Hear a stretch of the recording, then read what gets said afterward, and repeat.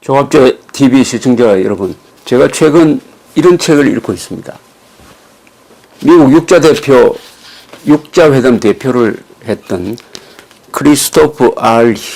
힐이 쓴 회고록입니다. 아웃포스트, 전초기지란 뜻이죠.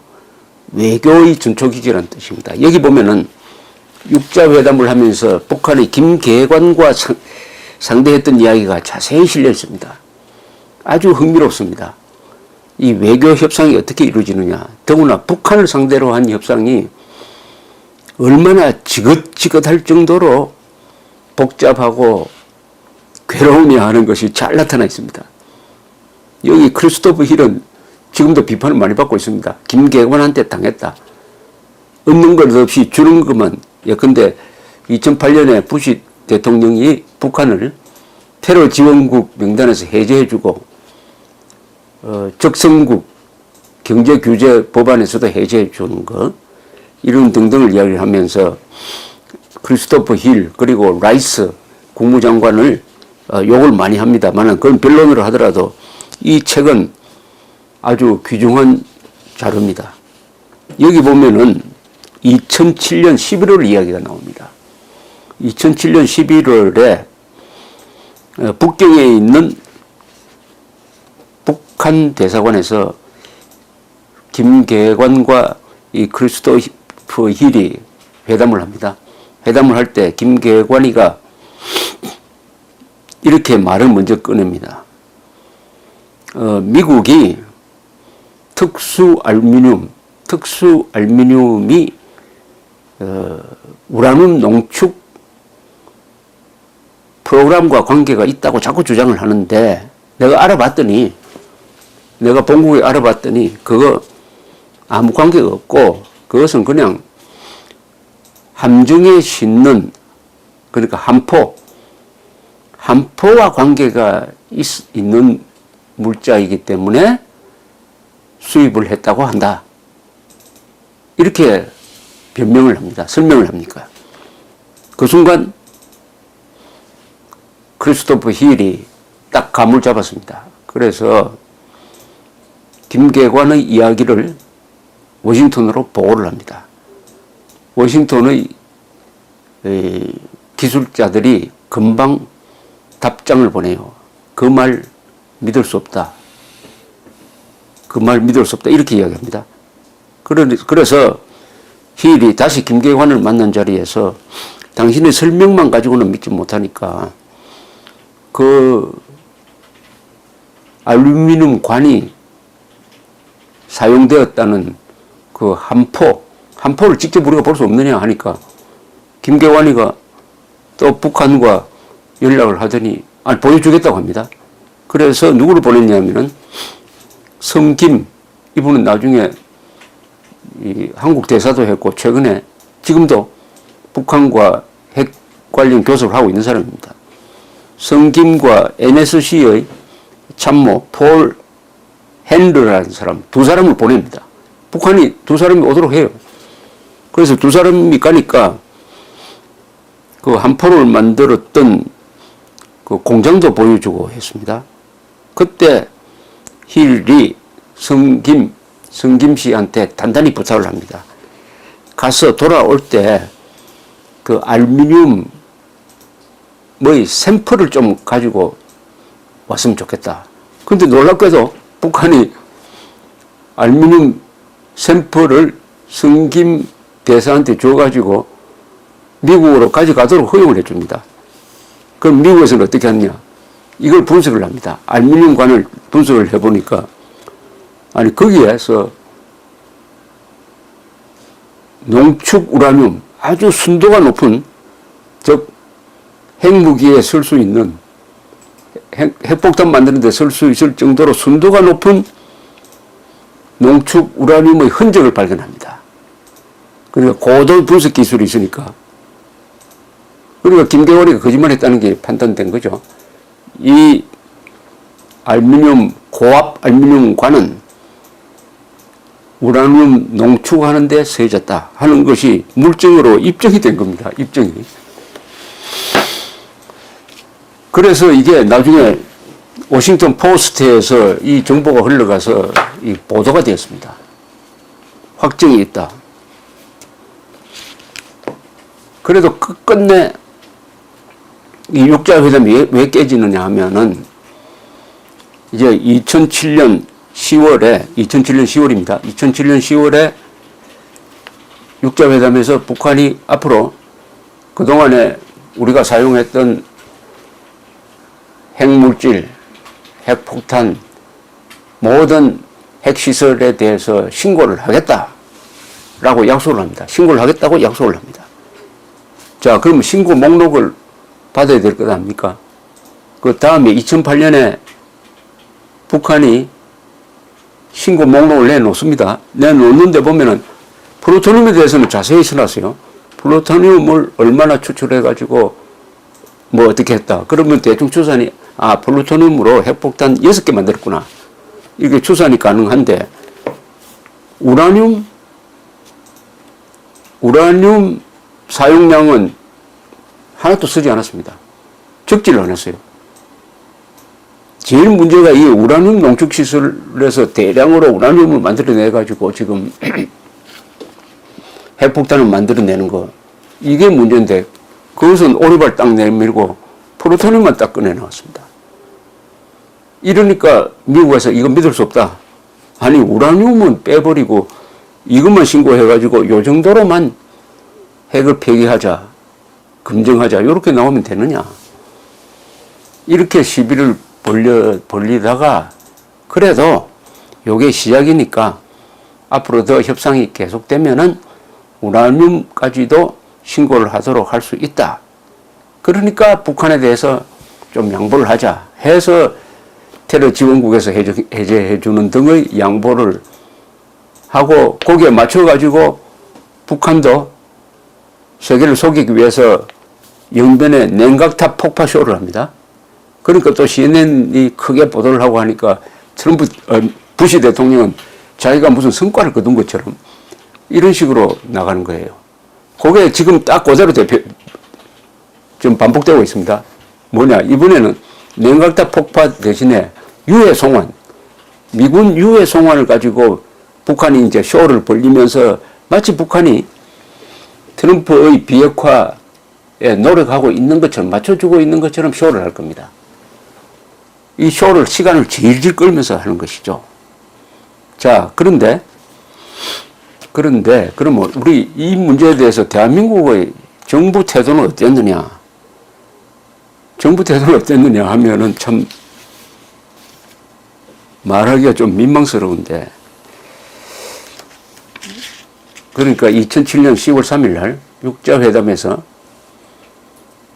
북한이 모든 핵시설, 핵 프로그램에 대해서 신고를 하기로 합의를 합니다. 그 다음 날입니다. 그 다음 날 김계관이가 어디에 나타났냐? 노무현, 김정일 회담장에 나타납니다. 김정일이가 부릅니다.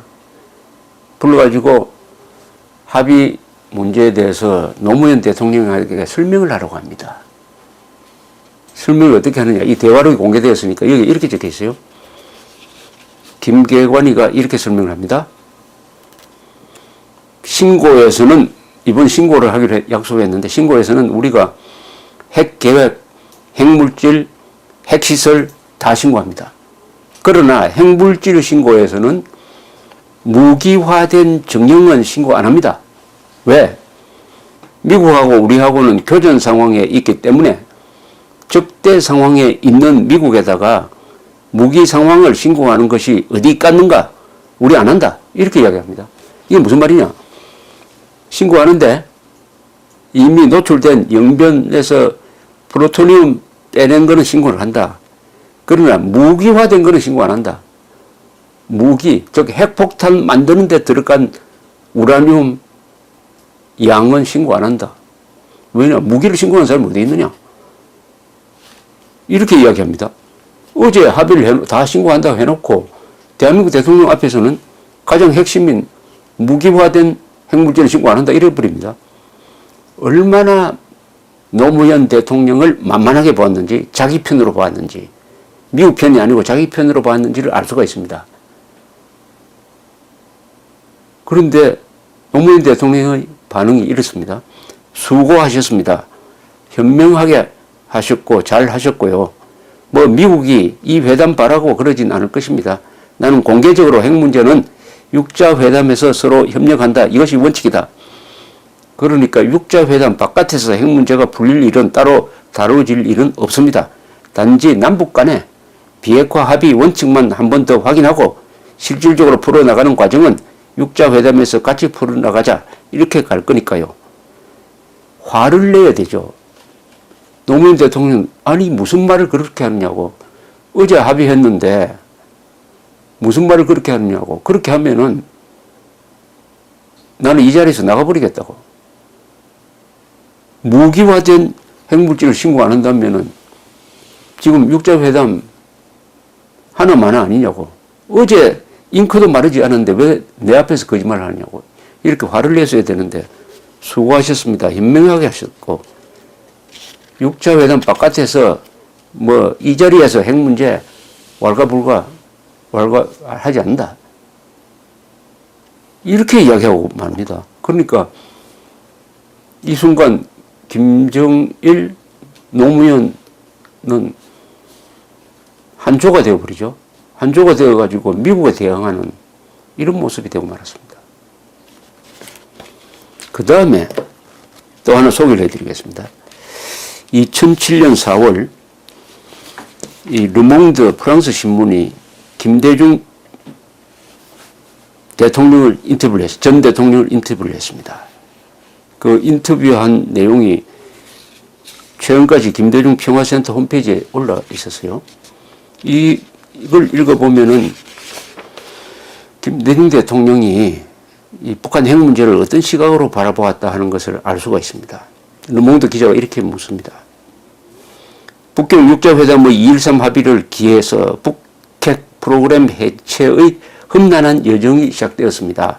이 과정이 결실을 맺게 되리라고 생각하십니까? 김대중 전 대통령은 이렇게 이야기합니다.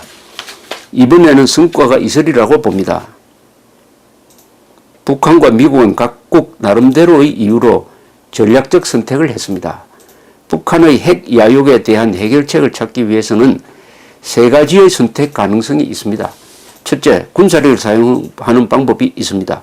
그러나 중국, 한국, 러시아뿐 아니라 일본조차도 이에 대해 반대하고 있고 북한이 군사적 공격에 대해 저항할 경우 한반도에서는 한국전쟁 이후 또다시 참혹한 재앙을 겪는 결과를 낳게 될 것입니다. 한국 국민들은 이 같은 재앙을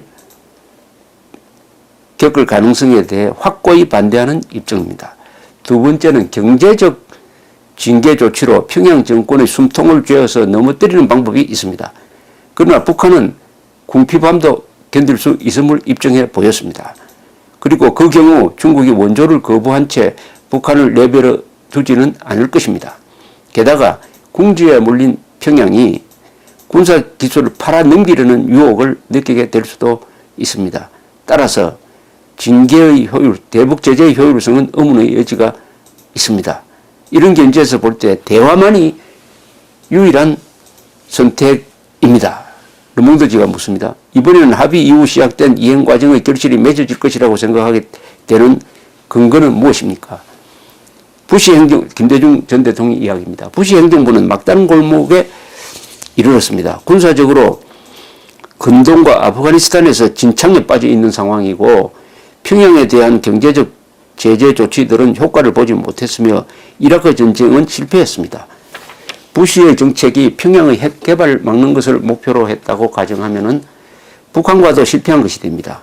하지만 바로 이런 이유 때문에 부시에게는 북핵 위기 타결이 임기 동안 본인의 외교적인 성공의 자취를 남길 수 있는 유일한 기회가 된다고 생각할지 모릅니다. 평양 정권은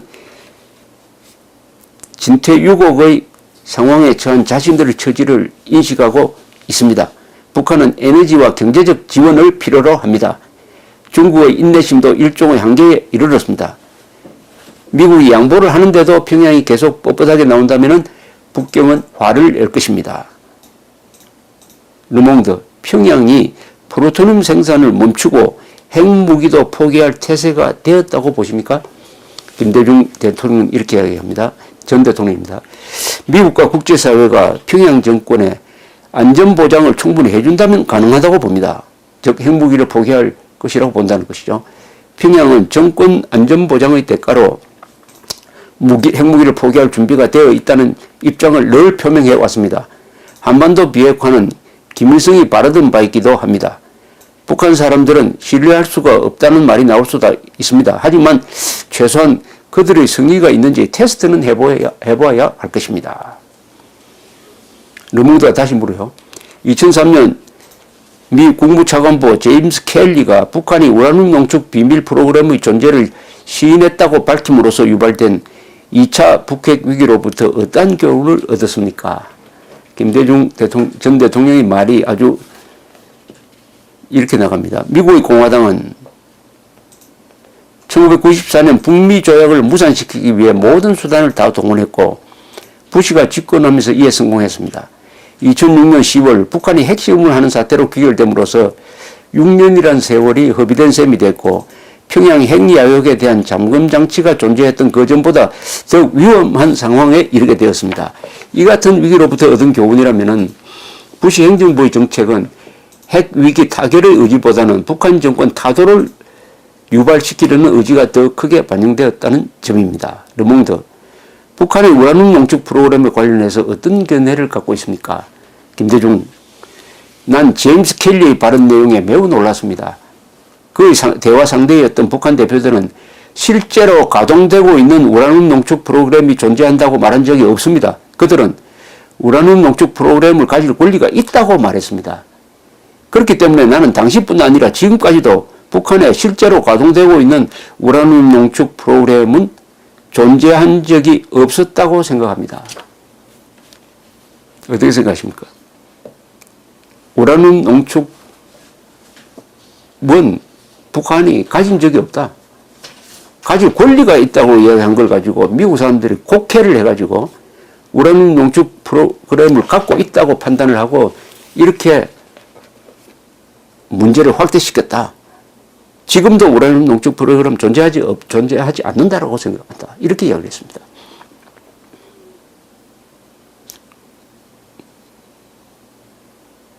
지금 북한은 세 곳에 우라늄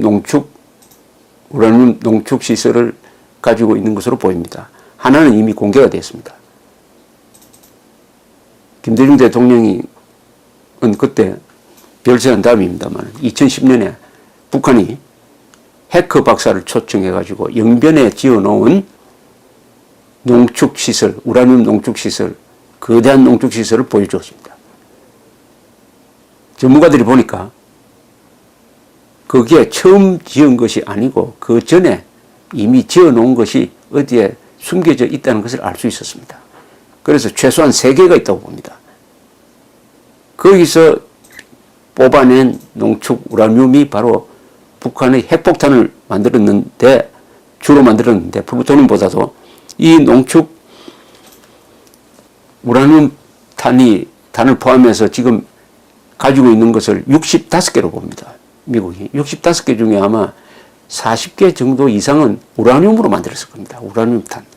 그런데 김대중 대통령은 그게 다 부시 행정부가 조작한 거라고 지금 이야기를 하고 있습니다.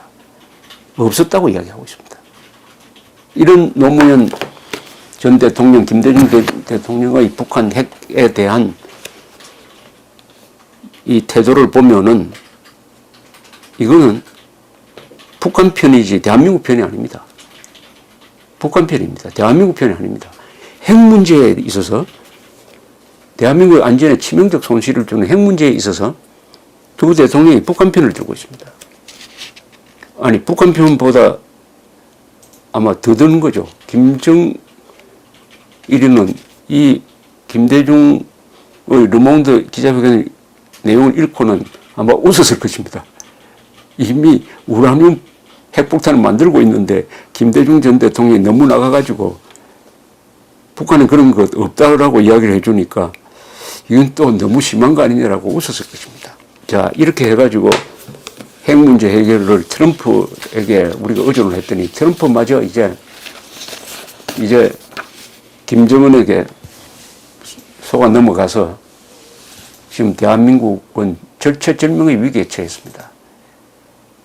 노무현 대통령, 김대중 노무현 노선을 이어받은 문재인 대통령은 김정은과 대한민국 국민 사이에서 대한민국 국민의 안전보다는 김정은의 안전을 더 신경 쓰고 있습니다. 뭐 더 이야기를 하지 않겠습니다. 감사합니다.